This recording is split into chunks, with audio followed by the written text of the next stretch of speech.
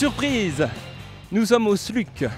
Le SLUC, club ambassadeur lorrain, comme vous le connaissez tous. Nous allons faire la connaissance des joueurs et du club professionnel, mais également nous rendre au centre de formation. Et nous reviendrons sur cette ambiance d'enfer que nous avons tous les soirs de match. Nous reviendrons également sur les grands événements sportifs de ces dernières semaines. Marathon, équitation, tennis de table, que du haut niveau. Et bien sûr, une surprise, une nouveauté en fin d'émission. Donc restez connectés pour gagner de beaux cadeaux.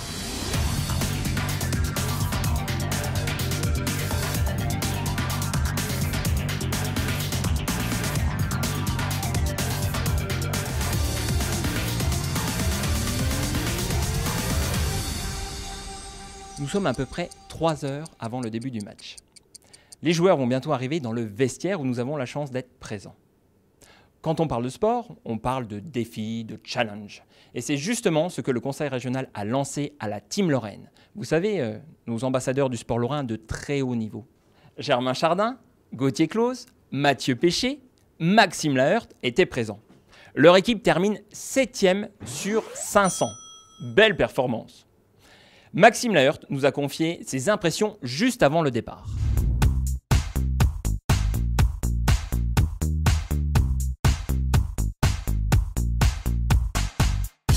Bonjour Maxime. Bonjour. Alors, on remet dans le contexte du jour. Le conseil régional a lancé un petit défi à la Team Lorraine. En 2 mots, participer au marathon relais avec 3 autres teamers. Donc, vous avez décidé de relever le challenge. Motivé ? Ouais, à fond motivé. Je crois que les autres aussi, donc ça va être sympa. Ok. La course à pied, c'est un élément habituel de vos plans d'entraînement ?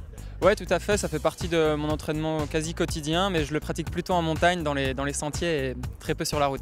C'est vrai que le premier grand rendez-vous, ça va être le début de la Coupe du Monde fin novembre en Finlande. Et ensuite, on a en tête les championnats du monde en Suède, à Falun, où on va essayer de défendre notre titre mondial. Donc, vous êtes ambassadeur du sport lorrain, vous faites partie de la Team Lorraine. Qu'est-ce que cela représente pour vous ? Pour moi, voilà, ça représente ce genre d'événement, une bonne ambiance, rencontrer des athlètes d'autres disciplines, partager aussi nos expériences, et c'est important. Dernière question, 11,5 km à parcourir ce jour. Un petit pronostic pour votre chrono ? J'en ai absolument aucune idée, on verra bien à la fin, on fera les comptes à la fin de la course, mais je pense que ça devrait tourner aux alentours des 40 minutes, je sais pas. Très bien, très bien. Donc je vous propose de partir maintenant pour un petit échauffement. Allez, c'est parti.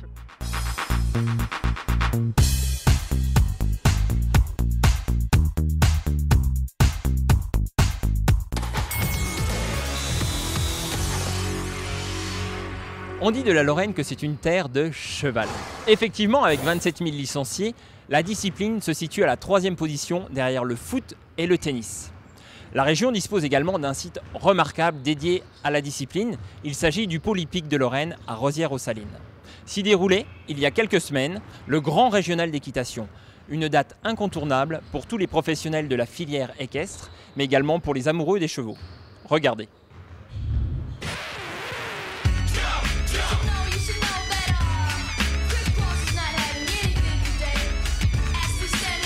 Nous sommes ici sur les finales de Grand Régional, avec en parallèle les finales du circuit de saut d'obstacle et du circuit de dressage 2014. Sur le jumping, le but consiste à sauter les barres sans les toucher normalement, le plus vite possible. Plus le niveau avance, plus est important la notion d'équilibre du cheval qui soit bien sur son arrière-main, puisqu'en fait c'est l'arrière-main qui fournit le travail de propulsion, et son impulsion qui est sa faculté à se porter en avant.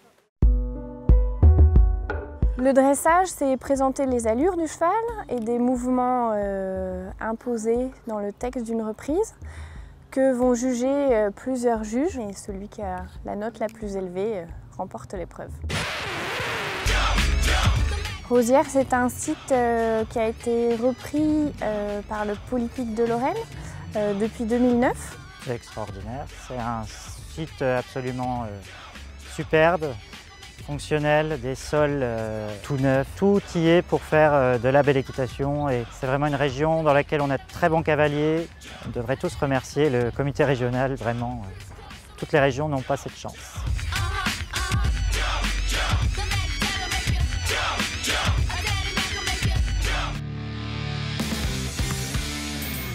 Donc nous sommes à peu près 2 heures avant le début du match. Les joueurs arrivent au compte-gouttes. Voici Benjamin Sen. Bonjour Benjamin. Bonjour. En forme? Oui, en forme, toujours. Oui. Toujours en forme. Vous êtes rentré au centre de formation du SLUC à 16 ans. Vous jouez dans l'équipe pro aujourd'hui. J'imagine que c'est une grande fierté. Oui, c'est vrai que je suis très fier. Après, c'est vrai que j'ai beaucoup travaillé avec les coachs au centre de formation et tous les joueurs qui sont passés avant pour atteindre cet objectif-là de jouer en professionnel. Donc là, 2 heures avant le match, qu'est-ce qui va se passer pendant ces 2 heures? Pendant ces 2 heures, déjà, je vais regarder la fin du match des espoirs. Et ensuite, après, je vais aller dans le vestiaire, me préparer, me concentrer, faire ce que je fais d'habitude avant les matchs. Et puis après, aller commencer à m'échauffer. Le seul vrai conseil que je peux leur donner, c'est de bien écouter leur coach qu'ils ont là, Pierre Verdière qu'ils ont, parce que c'est surtout grâce à lui que j'en suis là maintenant. Merci Benjamin. Ce que je vous propose, c'est de regarder avec nous le reportage que nos équipes ont tourné au centre de formation.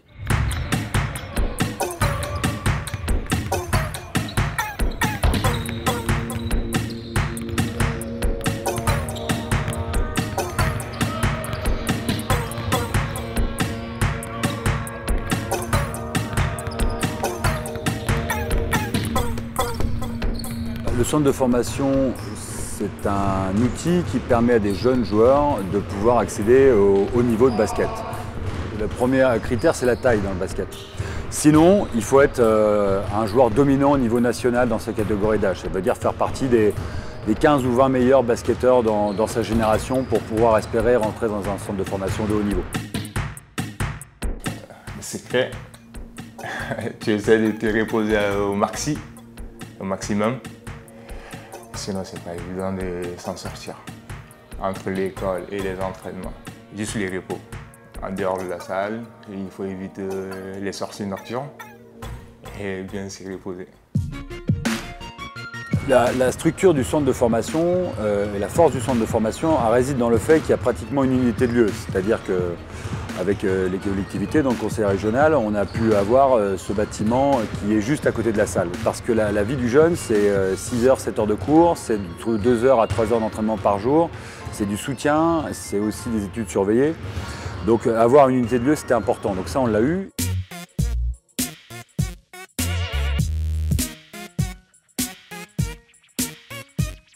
Moi, les valeurs du centre de formation, c'est être tous ensemble assez régulièrement. Alors, quand on n'est pas en cours, il faut qu'on soit tous ensemble pour garder l'esprit collectif. Après, quand on est à la salle, là, l'équipe, elle se voit, c'est sur le terrain que ça se voit. Après, les week-ends, les jours où on n'a pas entraînement, on aime bien aller quand même tous ensemble au ciné, au bowling, des trucs comme ça, quoi. Les valeurs, pour moi, c'est le respect. Sans respect, il n'y a pas de vie commune. Donc, du coup, ici, c'est ce qu'on essaie d'instaurer aux jeunes qui arrivent. Le respect, c'est ça. Le plus vieux, il te dit un truc, des fois, même s'il ne t'aime pas trop, tu essaies de le faire. C'est les conditions idéales quand même. Avant de jouer au basket ou faire n'importe quoi comme sport, il faut être bien. Au niveau scolaire, les jeunes arrivent souvent, la majorité en seconde. On va dire qu'ils restent jusqu'à la terminale. Et là, il y a une décision qui se passe s'il faut privilégier les études et donc diminuer la dose de basket et sortir du centre de formation et réintégrer le niveau fédéral. Sinon, il y a une deuxième possibilité, c'est que le jeune soit performant dans son secteur sportif. Et à ce moment-là, il a pris la décision, tout en continuant les études, de commencer à l'intégrer petit à petit à l'entraînement de l'équipe professionnelle. Comme vous pouvez le voir derrière moi, les jeunes du centre de formation ont la chance de pouvoir fouler le parquet du Palais des Sports de Chantilly en match de levée de rideau, c'est-à-dire juste avant la rencontre des professionnels. Ils sont jeunes, mais le jeu proposé est déjà de grande qualité. Nous sommes à quelques minutes du début du match. La salle se remplit, les supporters sont déjà là. En attendant, je vous propose de regarder un reportage du Metz Tennis de Table, un autre club de très haut niveau lorrain, puisqu'il évolue cette année en Champions League. Nous sommes allés les encourager.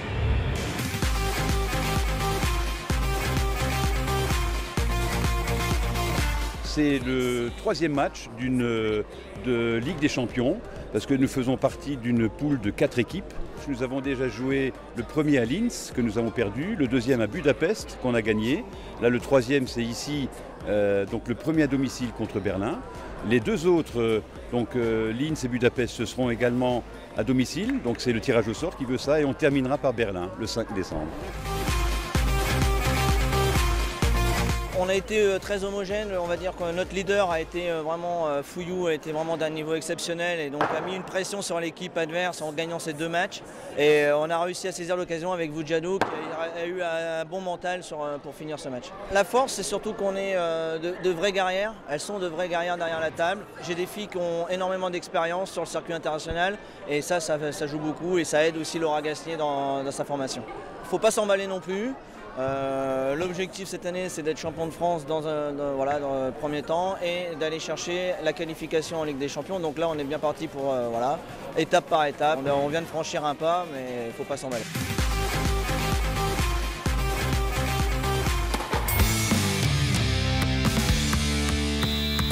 Le SLUC, c'est du basket, mais également une ambiance du tonnerre. Quoi? Vous n'êtes pas venu encore encourager les Cougars cette saison? Alors pour vous, rien que pour vous, on vous propose un condensé des meilleures images de la rencontre.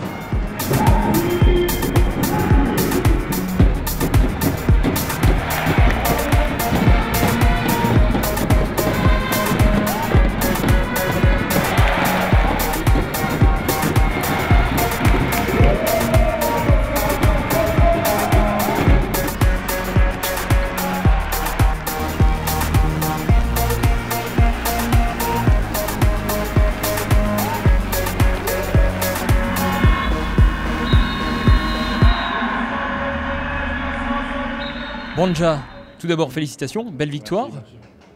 Vos premières impressions? C'est un match compliqué. Hein. Surtout en première mi-temps, ils ont chuté à 68%, je pense. Donc je pense qu'on était un peu trop concentrés sur la défense individuellement, au lieu de se concentrer sur la défense d'équipe. Et c'est ce qu'on a fait en deuxième mi-temps. Et ça a plutôt fonctionné, ils ont chuté à 40% après. Et voilà. Oui, c'est là que vous avez fait la différence. En tout cas, un match serré, un bon scoring pour vous. Vous avez fait le show, une soirée réussie. Ouais, surtout. Tant qu'on gagne, c'est réussi. Il faut gagner tous les matchs, le plus de matchs possible, rien donner à domicile, essayer de protéger la maison pour la Leaders Cup. Eh bien, écoutez, merci beaucoup pour le spectacle, pour la victoire, et puis bonne continuation. Merci. À bientôt, au revoir. Maintenant, c'est à vous de jouer. Rendez-vous sur le Facebook de la région Lorraine pour tenter de gagner 2 billets de match pour la Coupe d'Europe le 17 décembre, un ballon de basket et un polo dédicacé par l'ensemble de l'équipe. C'est pas beau ça, juste avant Noël, on pense à vous. Lorraine Sport 5, c'est terminé. J'espère que vous avez apprécié la visite des coulisses du club. En tout cas, une petite surprise vous est réservée courant décembre. Vais-je chanter Jingle Bells? Vais-je participer à une course de traîneau? Suspense, je ne vous en dis pas plus. En tout cas, n'oubliez pas, un petit footing de temps en temps, même sous la neige, ça ne fait pas de mal. Ciao!